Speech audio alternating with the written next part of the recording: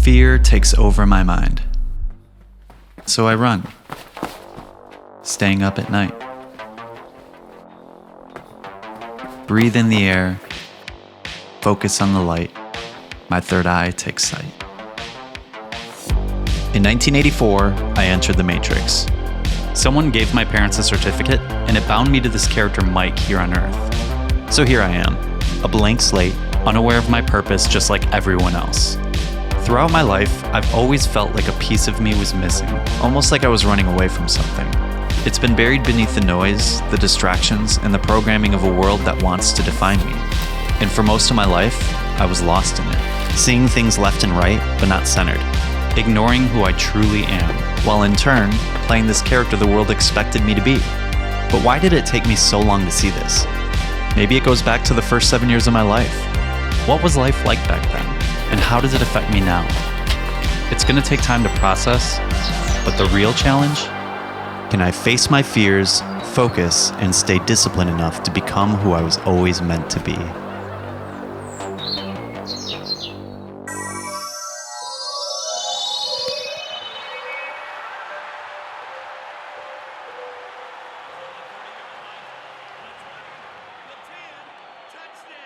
Even in the 80s, we found ways to get sucked into consuming. But that's kind of what we've become, isn't it? Beings that do the same thing every single day.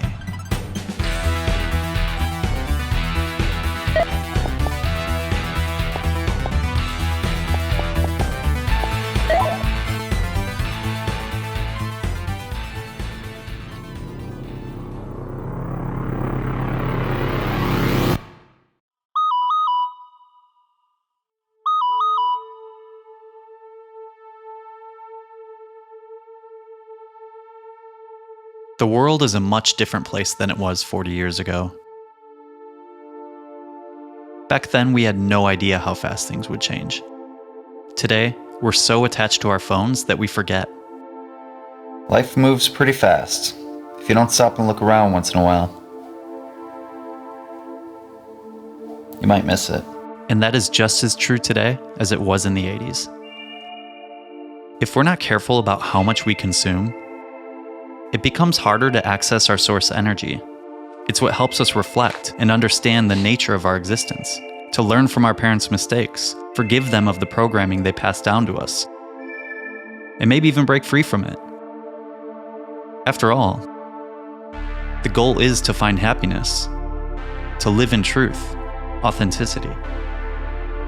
And so I think back to my childhood, growing up in that world. Why was I so fearful? What was it about those early years that shaped me so deeply? Yet, when I try to remember, it's like a blur. A fog I've spent years trying to see through. What happens when that reflection doesn't happen?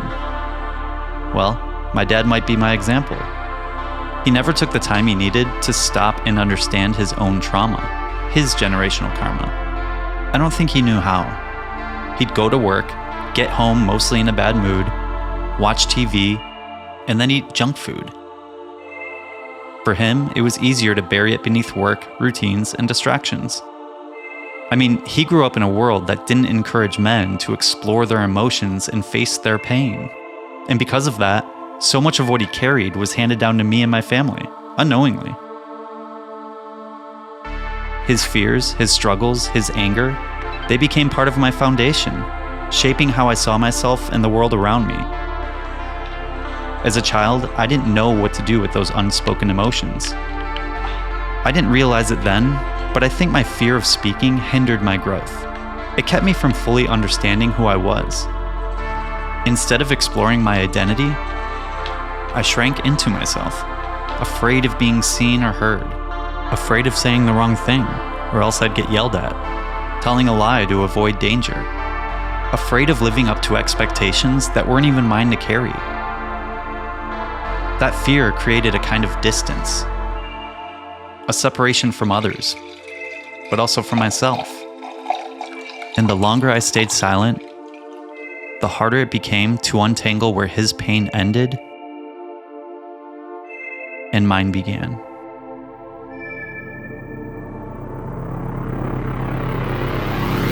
Wake up. At some point, I realized that I couldn't wait for someone else to save me. If I wanted to break free from the fear and silence that defined my childhood, I had to take responsibility for my own story. I forgive my dad.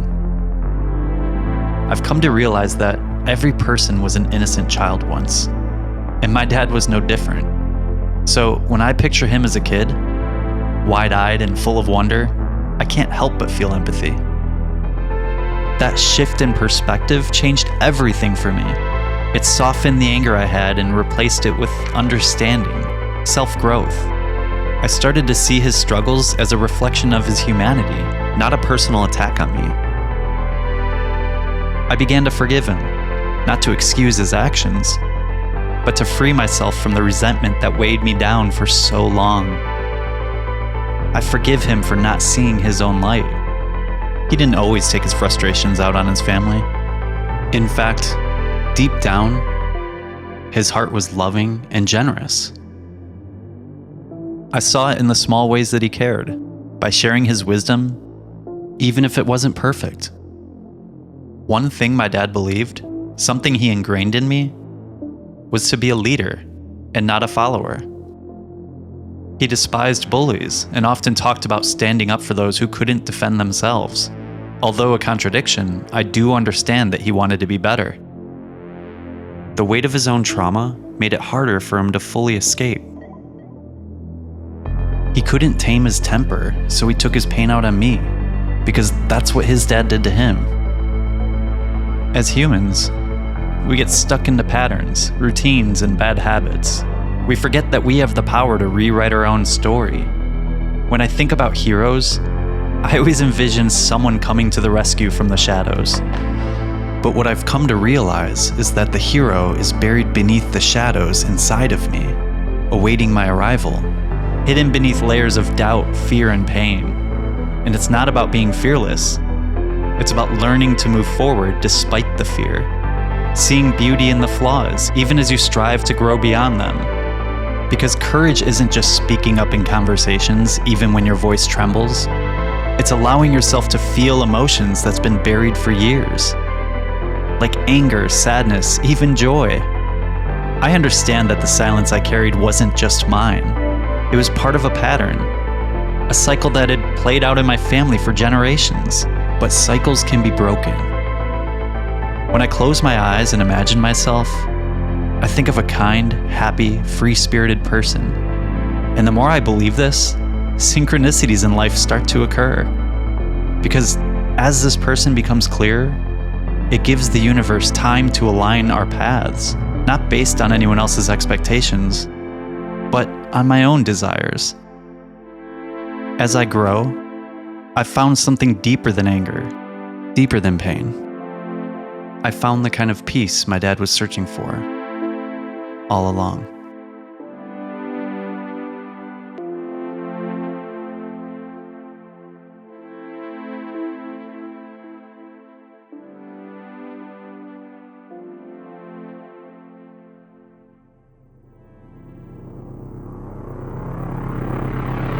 Oh, human. Pay attention. What does the silence of night whisper to you? I was asleep, lost in the haze of distractions, but now I'm awake, and I can see my reflection now. Well, the world is deep, my friend. Deeper than the scrolling feeds. Deeper than the surface you perceive. Its pain is profound, but joy runs deeper still, beneath the rhythm of chaos. A place where your demons have seemingly taken root, masquerading as joy.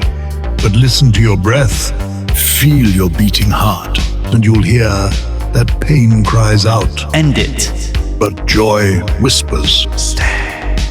For as long as I can remember, I've carried a fear, a shadow passed down from my dad.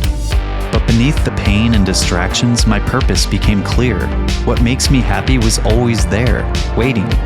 And my truth is finally breaking through.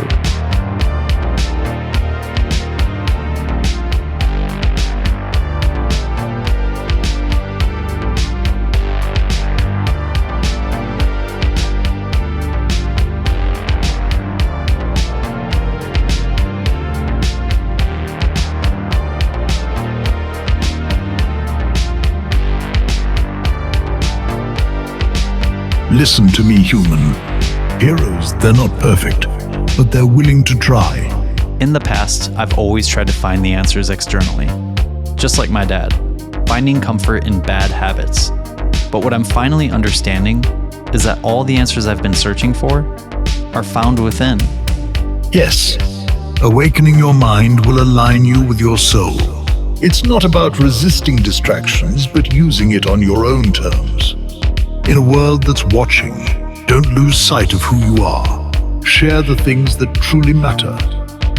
And remember, the darkness and light inside of you is the key to unlocking your higher self.